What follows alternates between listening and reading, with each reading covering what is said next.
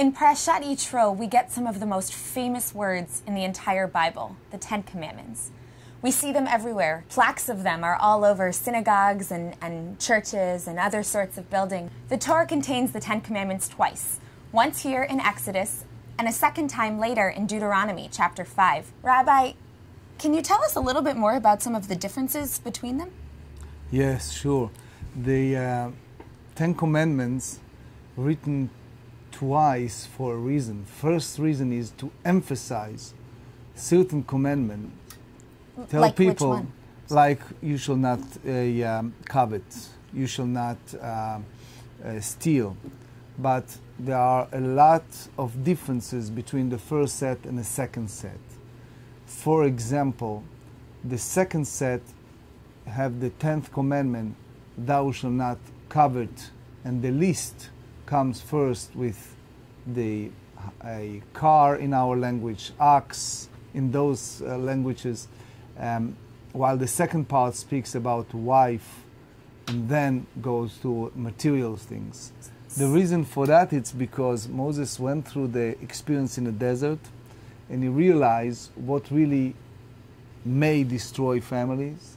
So he starts first with thou shalt not covet fellow's wife, and then he goes over other materials.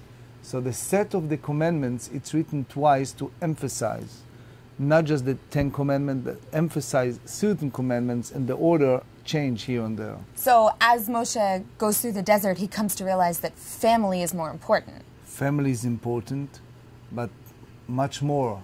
If you look at the set of the commandments, the first 5 on the right side is between man and God, the left side between man and man. The commandment, thou shalt not steal, it's a common mistake. Thou shalt not steal, not applied to money, it's applied to kidnapping. There is a concept of reading the Ten Commandments properly. Take, for example, in the deep level, Nachmonides, who hold that the Ten Commandments should be read in the opposite way, which is start with the 10th and go backward.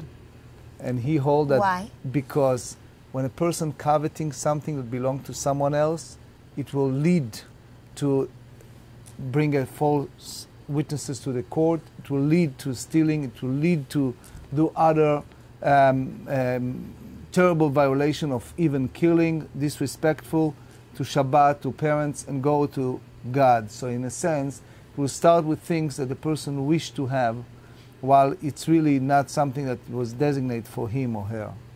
Nachmonides is telling us that if we start off by being jealous of what other people have, we're going to end up in such a way that we've become forgetful of the fact that God is present in our lives. Repetition of the Ten Commandments comes to emphasize the importance of all of these things in what we do.